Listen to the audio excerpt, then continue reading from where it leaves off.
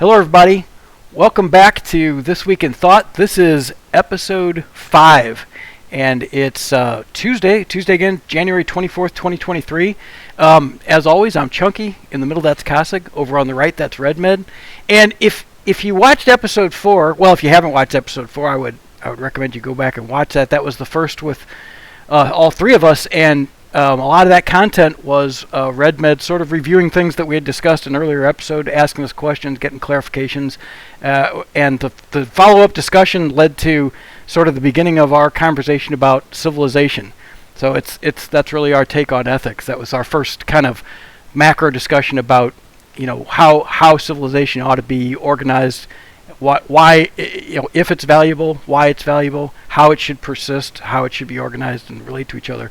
It was a great foundational discussion. I think we're probably going to continue on from that, but right before we rolled the cameras here, RedMed said, I've got one more topic I want to tackle before we move on. So without further ado, I'll turn it over. Well, first I would like to thank the computer gods for these wonderful headphones I got today. Very good, very good. Glad they work. Yeah, I do have some more stuff I want to talk about.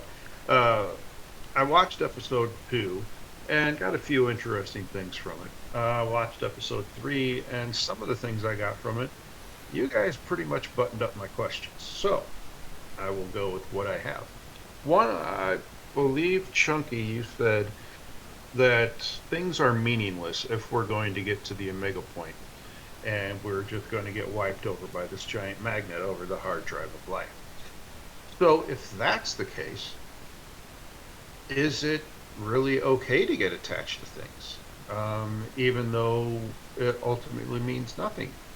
So should we develop relationships between people, between your cute little pet behind you, or even the bottle of beer in my refrigerator? So, like, why we do things and what motivates us? Yeah, exactly. And before sorry, go ahead. The suffering. So in the end, in our end, not in the end at the omega point, but in our end, it causes suffering. You drink the bottle of beer, crap. Get up and go get another bottle of beer. Minor suffering, but it's still there. Oh, well, shit, my wife just died. Now that's some major suffering. But if it's pointless in the end, why did I even get attached? I will say, this is my take on it, and I think Cossack may have a very different view on this, so I think it's probably worth hearing what he has to say also. I want to clarify a couple things. First of all, when I say things are meaningless, I'm talking about them being meaningless in the objective sense. Meaning, I don't think that there's a meaning that stands independent of people and applies to something. You talked about, the pet, for example. So is the pet meaningful? Well, the pet is meaningful to me, but that's subjective. It's relative to me and my experiences and my perspective. That pet, I don't think is going to have the same meaning to either one of you guys. Maybe a little bit, maybe you go, oh, that's our friend Chunky's pet. And because it's important to him, I say the pet has this minuscule amount of importance to me because I know it'll make him sad if the pet dies. But if the pet dies, it's not really going to make me all that sad. And compare that to a person off the street who doesn't know me or any of you guys or the pet, and it'll have no impact whatsoever. So I would say that pet, for example, has no objective, no absolute meaning. However, all the meaning that it has, and not just the pet, but absolutely everything in our life that has meaning, has subjective meaning, relative meaning, created by people and significant only to the people that share that value assignment. So you say, well, should we worry about things?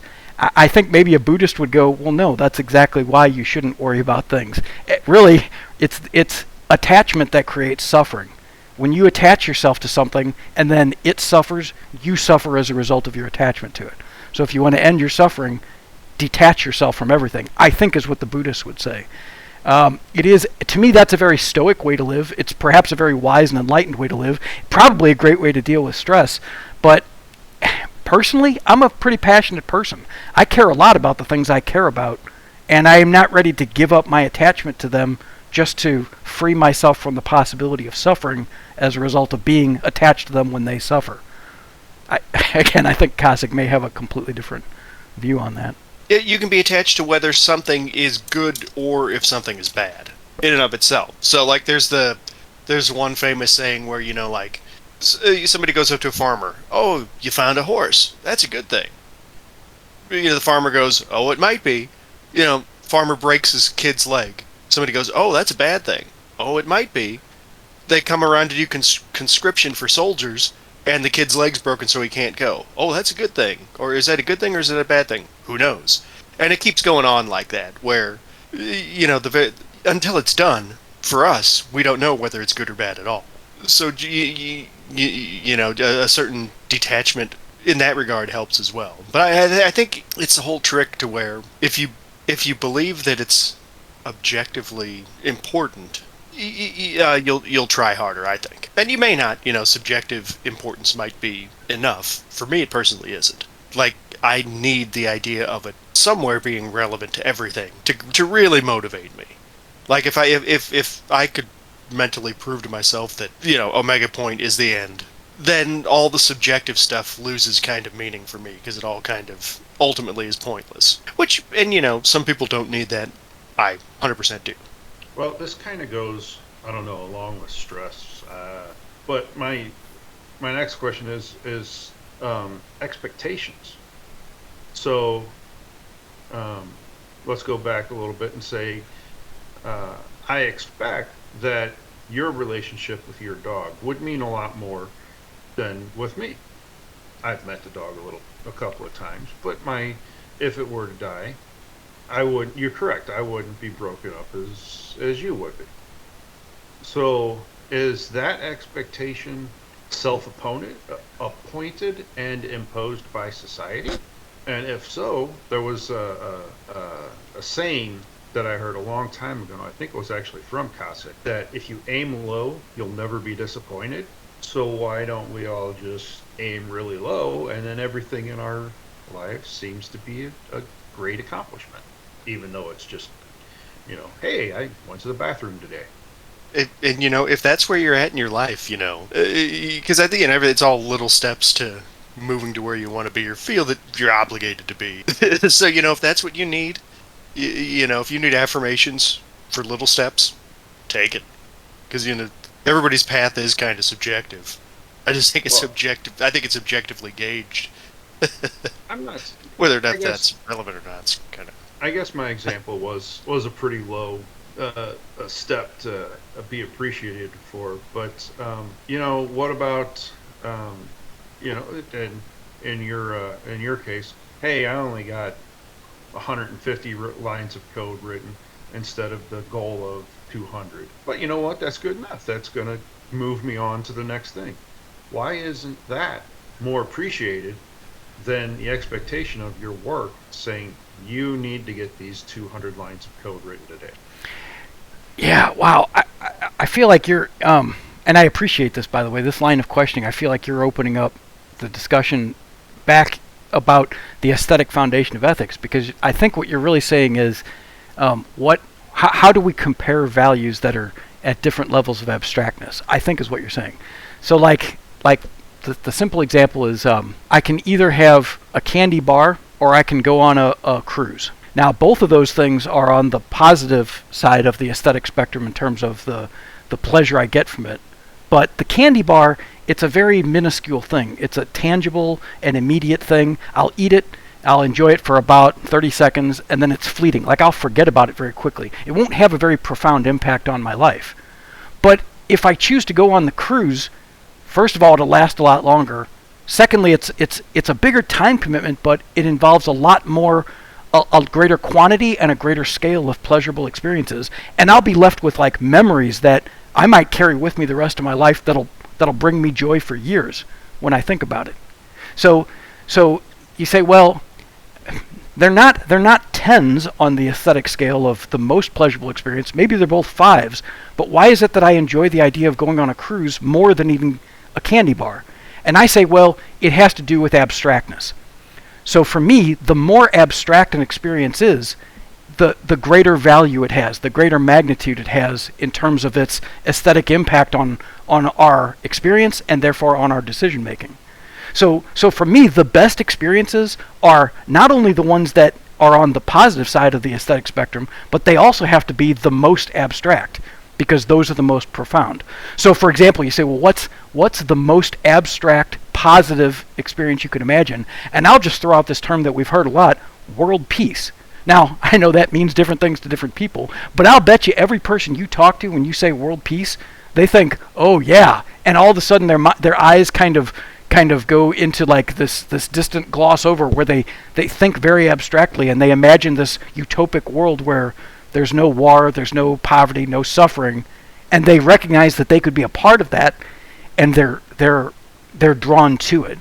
And so I think the same thing holds true on the negative side of the aesthetic spectrum. In other words, stubbing your toe, for example, that's a negative experience, but it's very tangible and it's fleeting.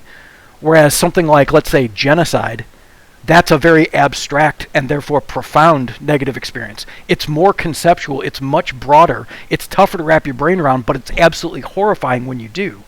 And so that's why we say, well, committing a genocide is far worse than stubbing your toe in terms of negative aesthetic experiences you could have.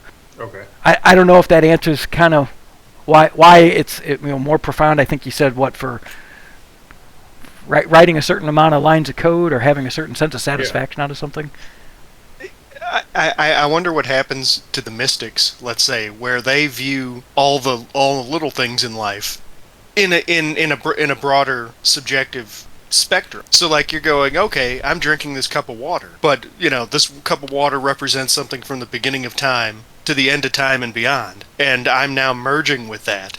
And it's a real good glass of water, let's say. So you're kind of, depending on whose opinion, you're building extra value onto something. I just think that circumstances, you might get the best of both worlds. Of course, the negative version of that would be, you might give solace too, like, I'm going through this horrible, aesthetically negative thing, but it's providing me and the world with some sort of abstract good, like healing its karma or, all the different things you can get from suffering.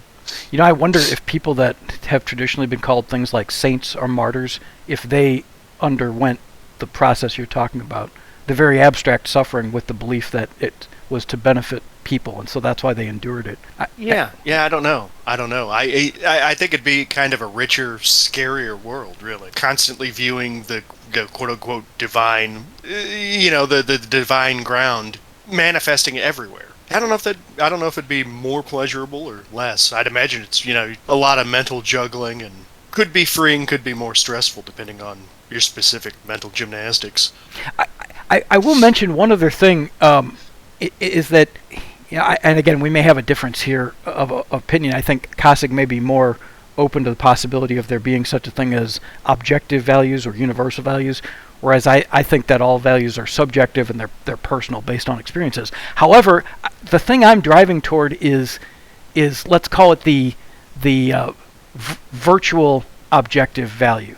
So this is one where it's a value that, even though it's subjective, it's so widely shared by the members of society, we might as well treat it as if it's objective. Meaning we have a consensus about the value of this. And when that term Kasich introduced to the discussion last time, he said, call it a virtue. Talk about values in these like archetypes, these categories that are so great and broad that it can have an impact beyond one person. I would say, the pursuit of virtues, codifying and understanding what makes a virtue, and then determining what the virtues are that we hold as society, that's a great benefit that we as a group, really any thinkers, but we as a group can provide to the audience, is to codify virtues. What do we think are such profound values that everybody either does or ought to share them, and why? It's a line of discussion I'd like to pursue in the future. So anyway. And I think all the medical physical stuff, it's good to have a ground down before we move on to that.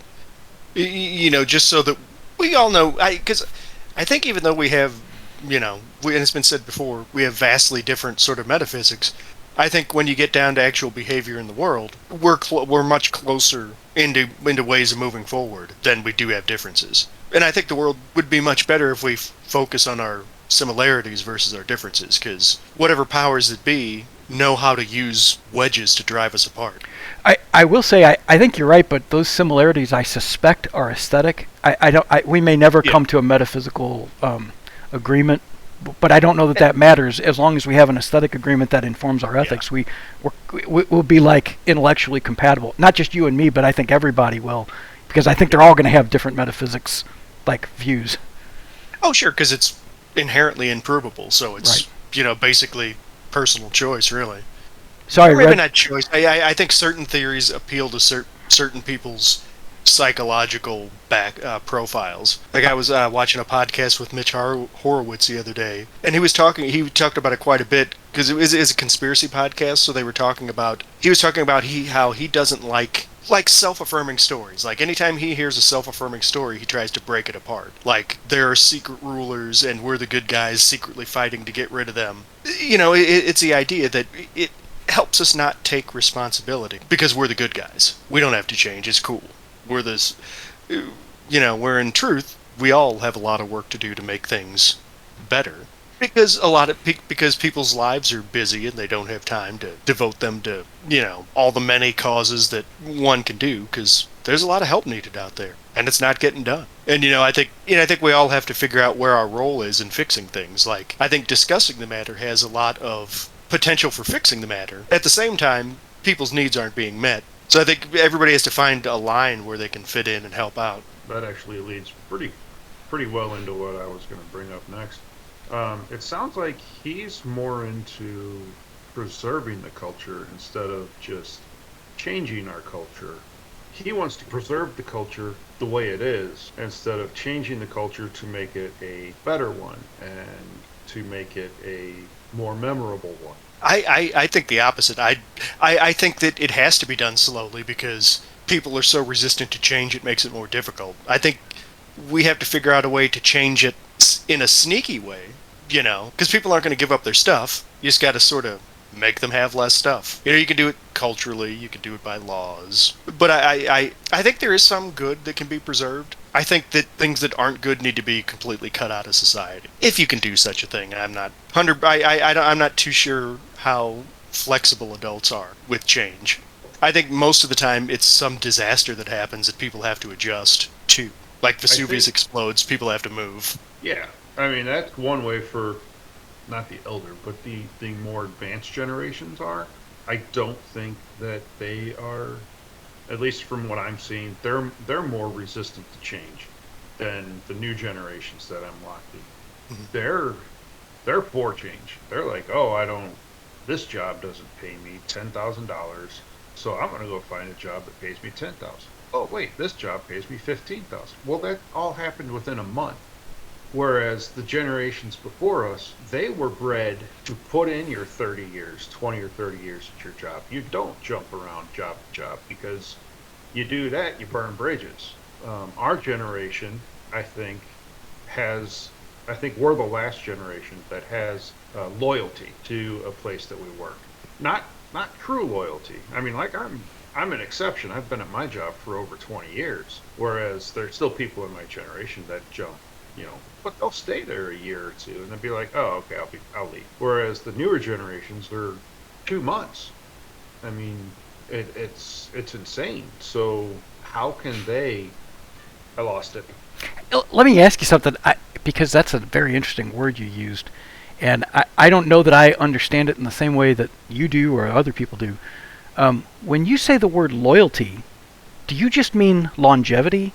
Or is there something else in the secret sauce of loyalty as a virtue, let's say? It's a bunch of little things as far as employment goes. It would be a bunch of little things that I would have to put in there. Guilt. Like if I were to just leave, I would feel a little guilty that I didn't give them my 2 weeks notice, even though you don't have to. It's just a consideration I give them.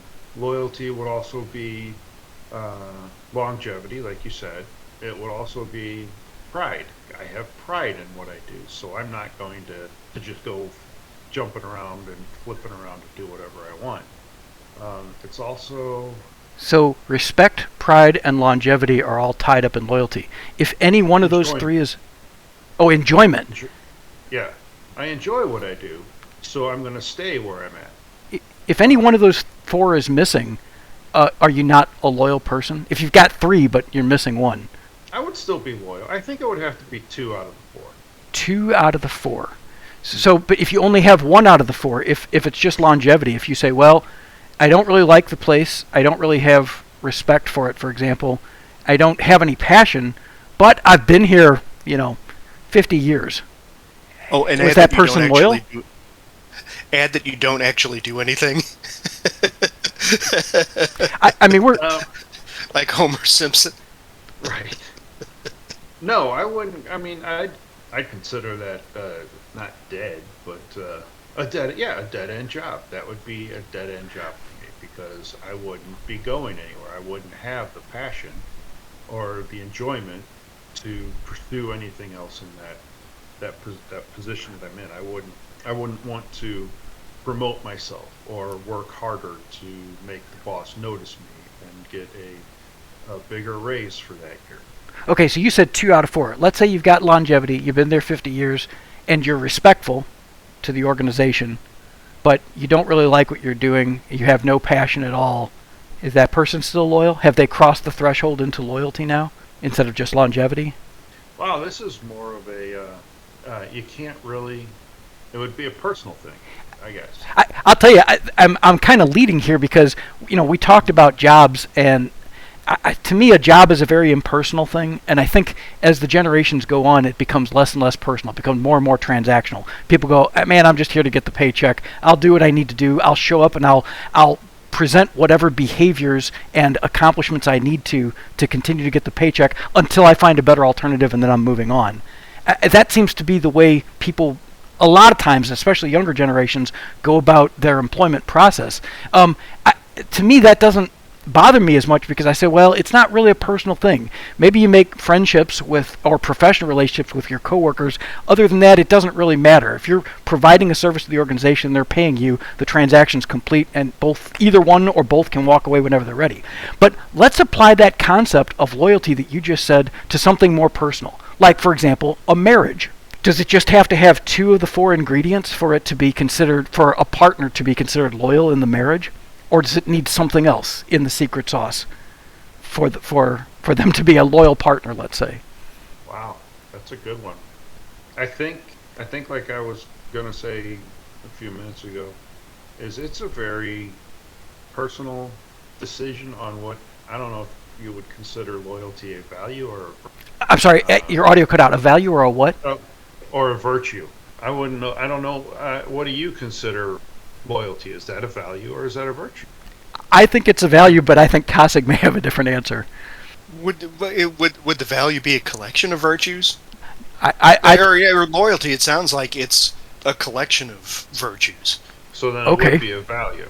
Yeah. Well, I just don't know how we're using here's how we're using. Here's how I think we should use the term. Value is one particular thing. So let's say longevity, or let's say fidelity, faithfulness to the thing, or let's say passion. Those would be your values. But when RedMed said virtue, I think he was talking about the collection of values that's so profound it's held by a lot of people. Many people. I've heard many people say that they value loyalty in my life, and I've never understood it enough to know whether or not I consider it to be a virtue, and whether or not I hold all the values that are necessary for that virtue to be something of significance to me. And I kind of wanted to see what your guys' take was on it. I agree with that. A virtue is the finished product of all of the values that are in it. So I like that. That's a good thing to come up with. So if loyalty is a virtue, is that a virtue that you agree to or aspire to, you personally, or I guess everybody in general, but you personally? Yeah, I definitely try to be loyal to things that I have in my life, my children, my wife, if I had a pet, but I can't because they're allergic to dogs. And they're allergic to cats? I hate cats. He's allergic. No, watch it on the unedited versions. But Right. No, I try to be loyal to the things in my life. I try, and with that virtue of loyalty, there's values that go into it. And there's no, I hate to say this, but the loyalty I have for my job is not the same loyalty I have for my family. I think that's normal. Some of the some of the ingredients are the same, but it's not the same. The virtue of loyalty for those two things, it has different values in it. I think you're right, and I think that's probably why for most people, changing a job is a decision. It could be a big decision, but it's not something that carries a lot of like moral baggage for someone. Whereas, let's say a divorce is. I mean, it's also a life-changing thing, but I think there's a personal element to it. And I will say that I guess the reason I've had a problem saying that loyalty is a virtue is that, I think you listed what 4 ingredients. You said it was longevity. You got to be there a long time. There's respect. You have to have respect for the organization. There's passion. You have to care about what you're doing. And I don't remember what the fourth one was. Do you remember what the fourth one was? So okay, so of those, the real thing that I guess I don't see as being valuable, and therefore I question whether or not it's a necessary ingredient to the virtue, is longevity. If you have faithfulness and passion, you could have that. To me, that's the key virtue in any relationship, and whether that relationship lasts a day or a lifetime, it doesn't make it any less significant. Only in that we assign a lot of value to things that persist. We think if things persist longer, that they're more meaningful. Although I don't know that that's actually true. I mean, hey, and let me say, would you rather have a wonderful marriage that lasts exactly 1 month? I mean, this person's a perfect, ideal partner for you. You love them. There's passion. There's fidelity. Then something tragic happens and they die, and you're left and you're a young person, so you're left the rest of your life with that sense of loss. Or would you rather have, let's say, 50 years of marriage to a person that you have no passion with? You don't or maybe you don't respect them. You had passion in the beginning, which is what drew you to them, but you no longer respect them. Now, which of those two is a more where was there greater loyalty? And was loyalty a virtue if it was in the second one just based on the longevity? I mean, I question that, and I say it only because I had examples in my childhood of people that were in marriages that had some of those ingredients. They were committed a long time to one another, but boy, the passion was gone, and it was obvious every moment of contempt that they shared with one another. And what a horrible thing to see. I mean, what a as we talked about before, what a really good, profound negative example to have of how not to live a lifetime of loyalty to someone that you really shouldn't be with in the long term. Those couples who have beat each other into submission over the years. I've seen it firsthand, man, and many times. That was just the way. You just, unless your life was in danger, you stuck together, and that's it. And even sometimes if your life was in danger, nope, you committed forever. That's what you got to do. Unless you're rich and then you just pay to get out of it, like throughout history generally happened. It's holding people accountable for their actions needs to be enforced from the top down. Otherwise, it's just bad. When you hold the least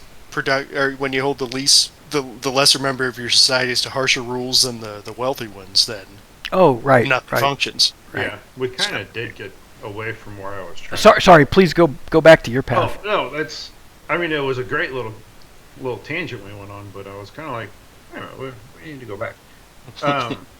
Anyway, so the younger generations, I think, are easier and more receptive to the change of the society. And as they go through, as we have more and more generations, they'll be able to adjust to the differences in society from today as in tomorrow. Whereas us older generations, we resist it a little bit more because our parents were from a generation of loyalty. Back to that tangent, but we're going to skip it. So they were loyal to the job because of whatever reason. So you stuck there for 30 years and you got your retirement, and then you got to go do the stuff that you wanted. You go on your vacations with your kids, or well, not your kids by that time. You go see the world or whatever. Whereas the generations nowadays, they're like, huh, I got $50,000 from this job. Let's spend it on this, this, and this, and then go do what I want for 2 months and then come back and find another job. Or, this job is worth keeping, but I can do it in Mexico for cheaper because I can live in Mexico cheaper and still make, I'll make $25,000 in Kentucky, or I'll make $25,000 doing the same job remotely from Cancun. There's that change that I'm talking about. Whereas, you can't, the generation before us couldn't do that. So they were stuck with the loyalty of staying with that steel mill or that advertising agency where you had to draw out everything. There was no computer to do, the artwork for you or whatever. They had to do it by hand, and they had to have talent to do it by hand, whereas now they have the talent to do it by a mouse click. So I think they're going to be able to change quicker than we will as far as changing the world to get rid of laws that are meaningless. Like, you can't spit in the street. Well, we don't need that one. We have concrete streets. Scratch that one off the books.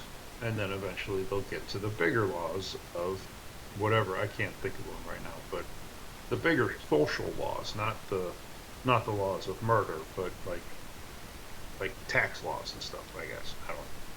Yeah, I think you're right. I mean, so I think kind of what it sounds like you're saying is that technology gives flexibility. The more technology you have, the more flexibility you have for location, time, options, the ability to change more quickly with less of an impact.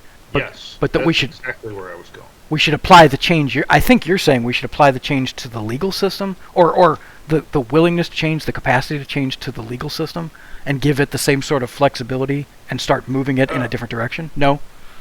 No, not only the legal system, everything, the monetary system, the system of forms of government completely. I probably think the next 2 generations, I could see there not being a United States of America. There's a North America, or there's not England and Germany and Australia or Austria and Russia, Eastern Russia. Ukraine, sorry, that's a good one. There's a Europe, and eventually I think there's just one global form of government, form of money, form of everything. Well, I think, Europe, the example you gave, I think is a good one because they're already demonstrating what you're talking about. They've been undergoing that process for decades. The European Union is creating almost what you'd call, I guess, a continental identity more so than a national identity. And it's reminding me of like what the early United States was, where, we're from Missouri, so we might say, well, we're Missourians. But if you go outside the U.S. and say Missourians, they'll be like, you're an American, because they see you as just part of this larger collective. And I wonder if that's not already happening in Europe. They say, well, you're a European. Well, I'm from Belgium, or I'm from France. Well, yeah, but you all use the euro. You have a common currency. You operate under the European Union, so you have like a market for, your economy is all unified. And it strikes me that they're on the path to a political framework which would unite them under one political organization. Now, they haven't done away with their national governments, I don't think, but it seems logical that a next step might be for them to go to a European Union governing body. And so, I don't think that's without precedent to see something like, the U.S., Canada, and Mexico form the North American Union or something like that. Mm-hmm. That wouldn't be strange. But what you said was the end point, I think, is more interesting, which is skip ahead a few iterations, and where do we end up? Is it not a global organization, a global union, global economy? If we're still using economics, why do we have different currencies? I mean, wouldn't we eventually evolve to a single currency? The credit, let's say, the human credit. I don't know what you'd call it. Yeah, I don't know either, but yeah, that has to be. I mean, I think before governments and the European Union did it first, was the money. We have to get people to agree this is the form of currency we're going to go with, and then you can slip in other things that are going to make the difference or not difference, but make it easier for those countries to get together and say, oh, yeah, that makes sense. Let's do it this way. It's kind of like, and this is what I personally think is holding up the United States, is California has different laws than Wyoming. Wyoming has different laws than Connecticut. But we've still got the federal government over everybody that says, well, you can kind of do that, or no, you can't really do that. But we don't have one set of laws that go across the board that everybody has to agree with. Missouri doesn't have the same exact laws as Illinois. And until we figured out how we can get the same exact laws, we're not going to go anywhere. Yeah, I don't think it has to have necessarily this one code of laws. I'm for, just having a minimum standard. Like, you can teach, you can raise your kids however you want, homeschool them, whatever, but we have to test them to make sure that you're teaching them more than just Klingon, let's say.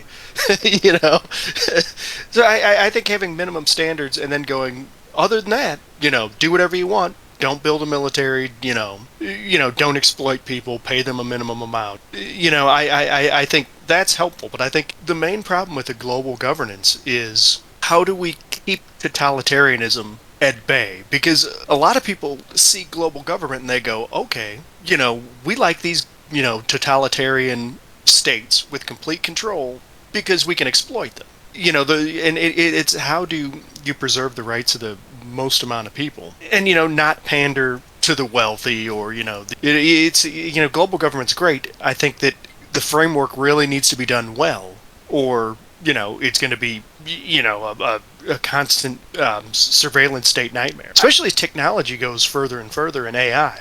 I've been an enemy of totalitarianism, so to me, before you set up a global government, you really have to put them in check. Right. I think you're right, but real quick, there's something that you said there. You said there should be minimum standards. In other words, give people the freedom to educate the way they want, but let there be a test, and I assume you mean a test for citizenship for those that have undergone whatever their training is before we grant them, like, citizenship or adulthood. We say you have to pass the minimum standards test. Is that what you were going after?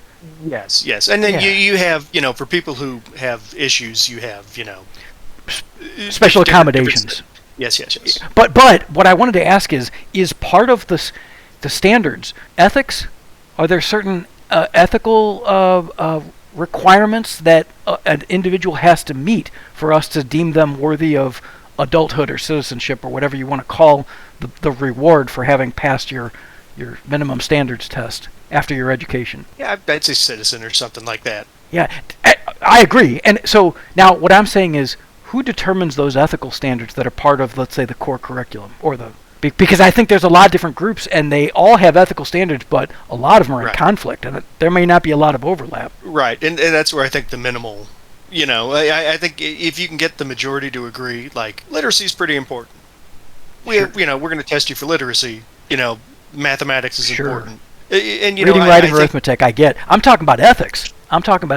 Should you value human life? Is that a fundamental ethic that you have to demonstrate when you go through your examination to see if you've met your core curriculum knowledge or not? And I think as a culture, we'll choose.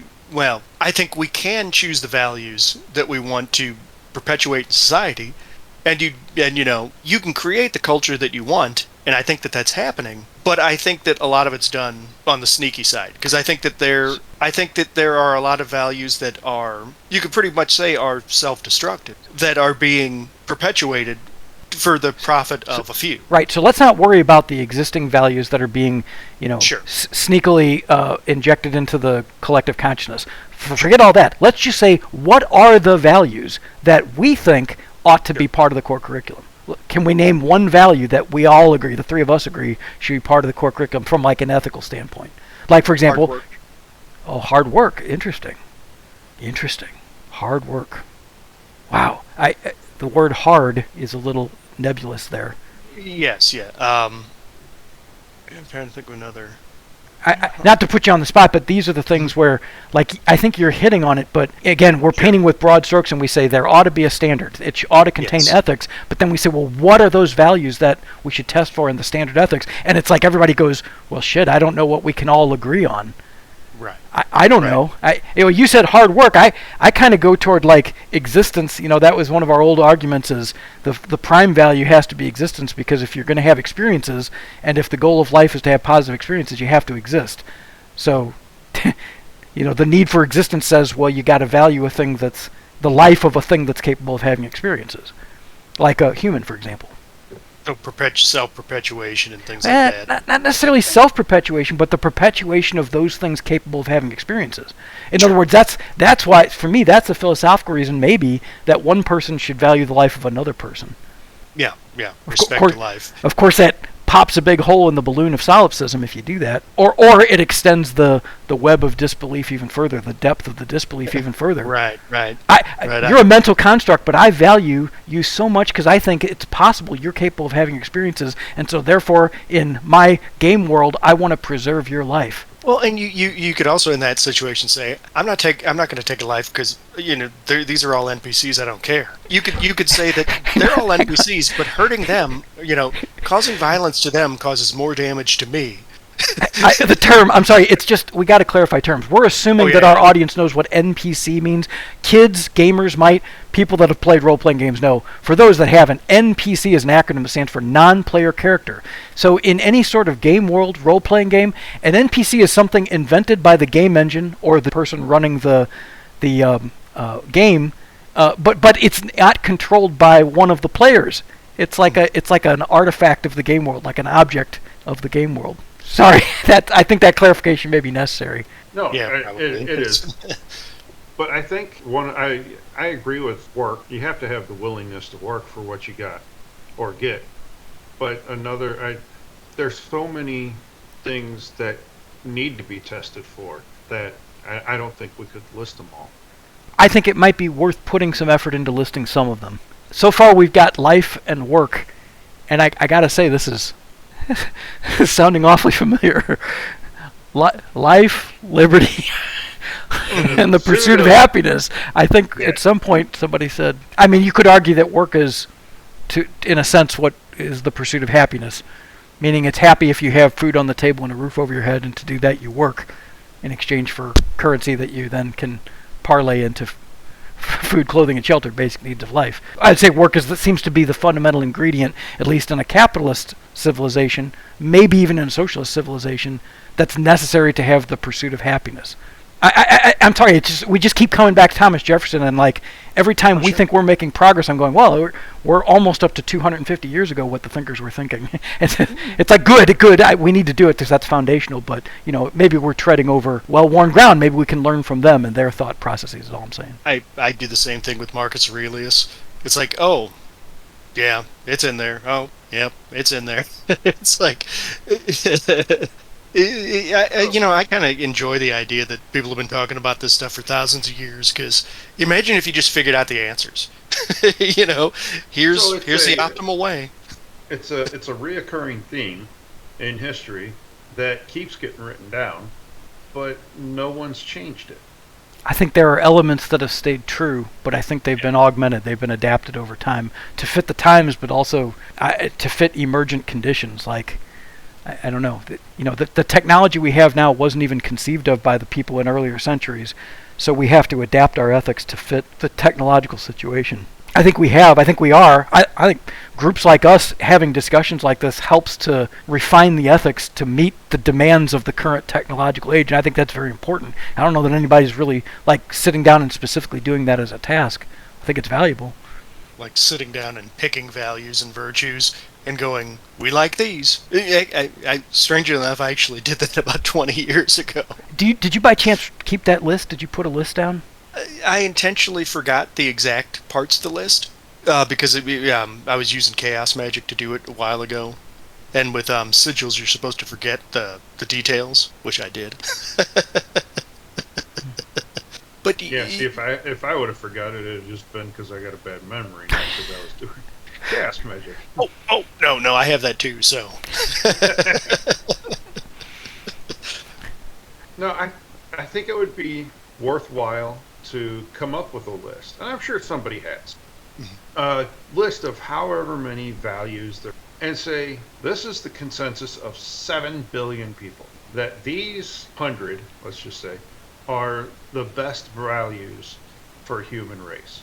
Let's try and strive towards getting everybody to follow these values. And then narrow it down to the best 75, then the best 50. And through doing that, I think over generations, we can come up with quite virtuous people.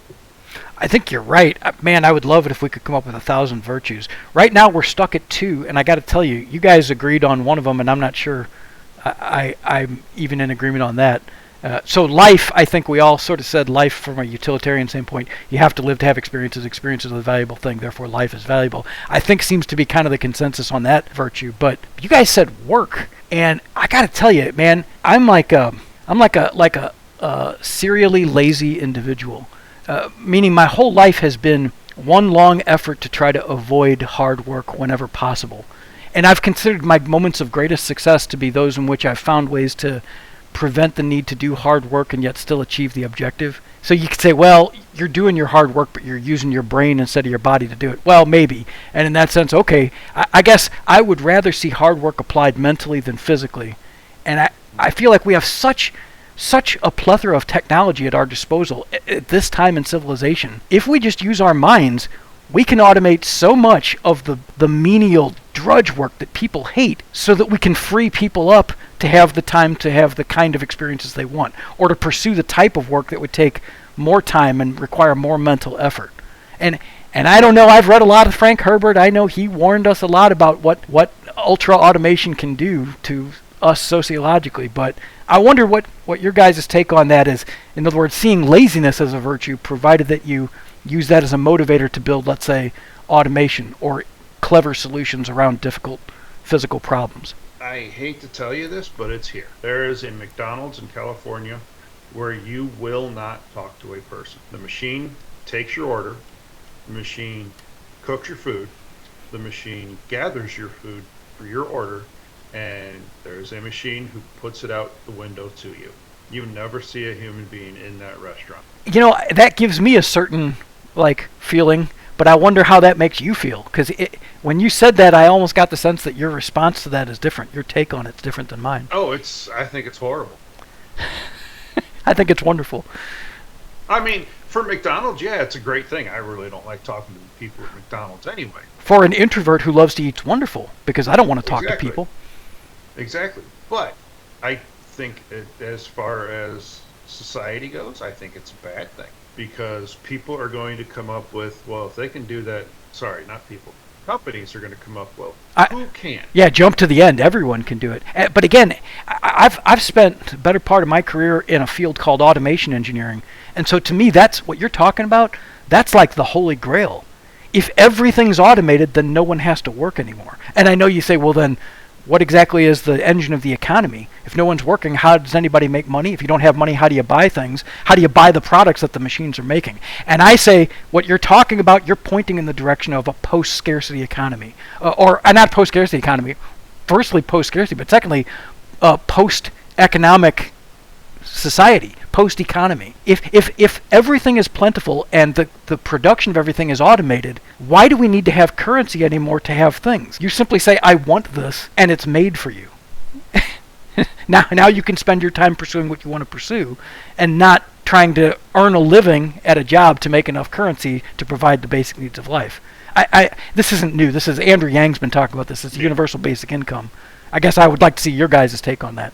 I think it's going to have to happen because, the reason why a lot of people work today is to get credits to buy food. So if you get rid of the credits without providing the food, bad things happen. So I think you're going to have to take care of the basic needs of society with all the revenue that the robots make. But where do you land on the idea of, if we can automate the production of basic needs of life, we should?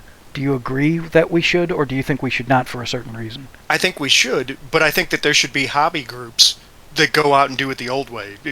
'Cause I think preserving it in case it's needed is important. Like if we've automated everything and a giant solar flare hits and it all turns off, it's bad. But if you got, if you know how to make a fire, fish, and live off of the land, you stand a better chance. But that's more of like a hobby group in the future, I think. Hopefully no one will have to live like that, but can if they want to make YouTube videos or something like that. I think it's good because it frees up people's energy and time to be able to do things that I would say are important. Because I think that making widgets is not terribly important.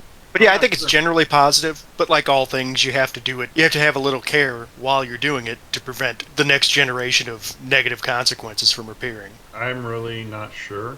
Going to a nicer restaurant, I really don't want to see a robot serving my food while I'm sitting there in a tuxedo. I want to be able to pay and that person or interact with that person if we're getting towards a post-economic society. That I still want to be able to interact with that person and say, oh well, thank you, but I ordered a medium well. This is only medium. They can take it back instead of the robot just pulling out its flamethrower and cooking it right there for it. I don't want to see that.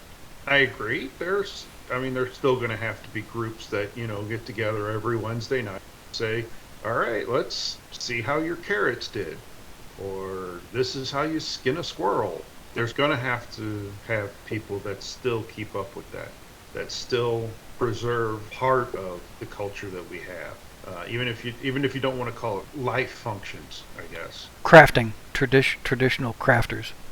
Yeah. So getting away from money or credits or however you want to call it. Yeah, I can do that. If I don't have to get paid to do something because I have to buy this material to go to this place, sure, I'm happy with that. I don't know. I think total automation is a bad thing. It gets away from, sorry to the introverts out there, but it gets away from personal people. From me being personal with somebody. And we are kind of running out of time here, but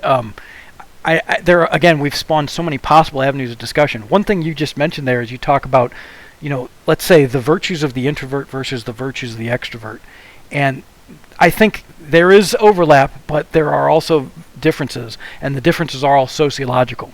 In other words, the introvert, it's not that they dislike being around people. They're not misanthropes. It's that they feel like their energy is drained away when they're around people. Whereas extroverts feel like their energy is recharged when they're around people. And for an introvert, believe it or not, it's not that, speaking as an introvert, it's not that I don't want any human interaction. It's that I want very limited human interactions with those humans whose opinion I consider valuable. In other words, well-educated, intelligent individuals who can pursue deep discussions over a long period of time for our mutual benefit, but also to pursue greater objectives, greater goals than either of us could accomplish individually. To me, that's the value. Whereas I think a lot of extroverts, at least those I've talked to, they value things like chit-chat. They like to just be in a social setting. Oh, I'm not going to get to know you. I don't care how intellectually or academically capable you are. I'm just going to shoot the shit with you. And you and these other 10 people that I encountered and maybe 10 other people tomorrow, and they seem to thrive on that. And to me, I go, oh my God, what an exhausting waste of time it is, and I would never choose to do that. But again, I'm speaking as introvert. So maybe, I don't know if you all consider yourselves introverts or extroverts, maybe you have a different take, and maybe that's a distinction we've got to make about, Kasich alluded this to an earlier episode. He said, what is the value to an introvert may not be to an extrovert and vice versa. It might be worth considering. See, I think I'm kind of in the middle, but lean more towards introvert. Like sometimes I'll just not talk to a complete stranger, but talk to somebody at work maybe, and think to myself, I'm probably not going to talk to you again in a year because you're going to move on. So I'll just chit chat with you. Whereas the people that have been at work and who seem like they take not so much seriously, but they take this job that we're at right now with a little more heart and want to spend a little more time here, then yeah, I'll get to know you and have better conversations with you, but I'm still going to talk to both people. Yeah, I find some value in chit-chatting. I just have a very defined limit of when I'm done. But over the years, I've worked customer service for years, so that's just kind of part of the. I enjoy hearing new perspectives, even if I don't really agree with them. If the difference of disagreeing is too large, obviously not. Talking to a totalitarian, I don't have that good of a time unless, it's making them look foolish. Who among us doesn't enjoy making people look foolish? It's one of the simple pleasures in life. Well, and normal folk, no, I have respect for, but totalitarians, I don't have much time for, really. Their values are too dissimilar to mine, really. I can work kind of with most people, but I think everybody has their comfort limits. Right. Absolutely. Hey, I hate to do this, guys, but I know that RedMed's up against a deadline here. We're gonna have to call it pretty soon. Any last kind of closing thoughts for this week, or maybe a direction that one of or both of you would like to pursue in the next episode or upcoming episodes? Well, you guys are going to have a couple of episodes before I get back, I believe, like one or two more. So it's kind of up to you. I will watch them and then come back fighting with a bunch of commentary myself, and questions, and a couple of punches maybe. No, it's up to you as far as what you guys want to talk about. I feel like sort of Cossack and I have kind of dominated the conversation to this point because there's a bunch of topics that are like pet interests of ours that we've sort of pursued. It's been metaphysics, a little bit of epistemology, and then aesthetics and ethics.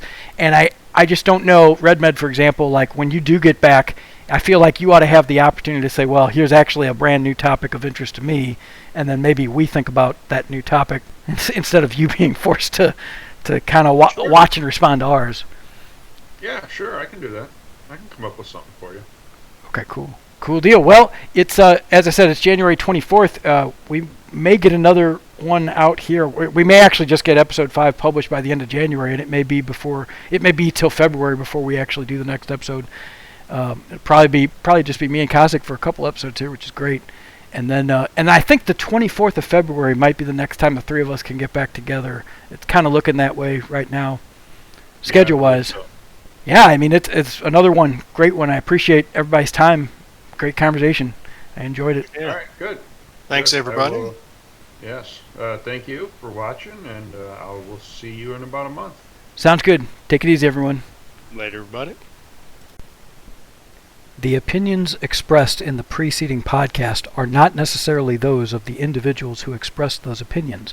The creators and participants of this podcast hereby absolve themselves of any and all liability for damages that might arise as a result of the viewing, hearing, or acting upon the ideas expressed in this podcast. By watching or listening to this podcast, you hereby agree to defend, indemnify, and hold harmless the creators and participants of this podcast from any and all claims, demands, damages, or liabilities resulting from the experiencing of the contents of this podcast.